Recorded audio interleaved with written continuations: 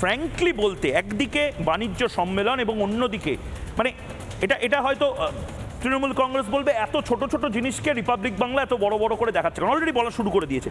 কিন্তু কাকসাতে একটাও যদি ফ্যাক্টরি বন্ধ হয় সেইটাও আমাদের কনসার্ন, প্রাইম টাইম কনসার্ন। কারণ কি আমাদের নতুন শিল্প আসছে না, যে নতুন শিল্পগুলো নেই, পুরনো শিল্প বন্ধ হয়ে গেলে আমার ছেলেমেয়েগুলো যাবে কোথায়? পশ্চিমবঙ্গের শিল্প এখন ময়ূখ উড়ানমুখী, অর্থাৎ উড়ে চলে যাচ্ছে ভিন রাজ্যে। এই রাজ্যের যারা শিল্পপতি, এই পশ্চিমবঙ্গের ভূমি সন্তান যারা, তাদেরও খোঁজ নিয়ে দেখুন, তারাও বিনিয়োগ করছেন হয় উড়িষ্যায় না হলে আসামে। আর মমতা বন্দ্যোপাধ্যায়ের পাশে দাঁড়ানো, প্রতি বছর শিল্প সম্মেলনে যারা পাশে দাঁড়িয়ে হাত নাড়েন, খোঁজ নিয়ে দেখুন, তারাও কিন্তু যখন বিনিয়োগ আসছে সেই বেলায় চলে যাচ্ছেন হয় উত্তরপ্রদেশ, না হলে কর্ণাটকা, না হলে অন্যান্য রাজ্যে, গুজরাট তো রয়েইছে। আর আমরা পশ্চিমবঙ্গ কি পাচ্ছি? আমরা পাচ্ছি কাটমানি, আমরা পাচ্ছি সিন্ডিকেট, আমরা পাচ্ছি গুন্ডারাজ। এবং ইতিমধ্যে আমরা দেখেছি যে বামা বলে আমরা দেখেছিলাম যে হুগলি নদীর দুধারে যে জুট মিলগুলো ছিল সেগুলো বন্ধ হয়ে গেছে। পশ্চিমবঙ্গে যখন পরিবর্তন এলো, আমরা ভাবলাম পরিবর্তিত সরকার অন্তত এই যে বন্ধ জুট মিলগুলোর কান্না শুনতে পাবেন, তারা ব্যবস্থা নেবেন। কিন্তু কি কাকস্য পরিবেদনা! তখনও যা ছিল এখনও তাই, বরং এখন আরও হাল খারাপ হচ্ছে।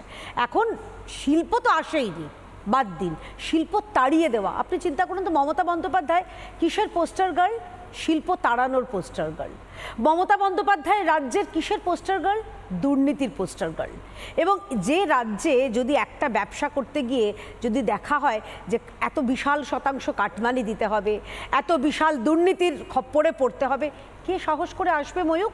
আর শেষে একটা কথা খালি বলে দিচ্ছি, এই যে কাটমানি আপনারা আবার তৃণমূল করে হাউ হাউ করে উঠবে, যে তৃণমূল কংগ্রেস চিন্তা করুন নেতাজির বাড়িকে ছাড় দেয় না, তাদের নির্বাচিত সাংসদ সুগত বসুকে ছাড় দেয় না, বলে যে নেতা কাটমানি দাও, এই বাড়িতে তুমি কাজ করছো, আমাদের সিন্ডিকেট থেকে নাওনি কেন? তখন যখন তাদের নির্বাচিত সাংসদ বলে এটা কার বাড়ি জানো? নেতাজির বাড়ি, তারা বলে নেতাজিকে ডেকে আনুন। অর্থাৎ যারা এদেরও ছাড় দেয় না, তাহলে আপনার কি মনে হয় রাজ্যে যারা ছোটোখাটো শিল্পপতি, ওই ঘুগনি বেচা, ফুচকা তৈরি করা, মোমো আর পুজোর সময় ঝালমুড়ি তৈরি করা শিল্প নয় এই রাজ্যে। প্রকৃত শিল্প এই বাংলার মানুষ দেখতে চায়। তার উল্টো দিকে কাশ্মীরের অবস্থা দেখুন। অবশ্যই একটা পশ্চিমবঙ্গ নির্বাচিত একটা গণতান্ত্রিক রাজ্য, আর কাশ্মীরে আমরা দেখলাম যে দীর্ঘদিনের প্রায় ৬০-৬৫ বছরের যে আবর্জনা জমেছিল সেটাকে ঝাড় দিয়ে ক্লেদমুক্ত করা হচ্ছে। সেখানে দাঁড়িয়ে আমরা দেখছি নতুন কাশ্মীর। আমি দুটো খালি আপনাকে তথ্য দিচ্ছি।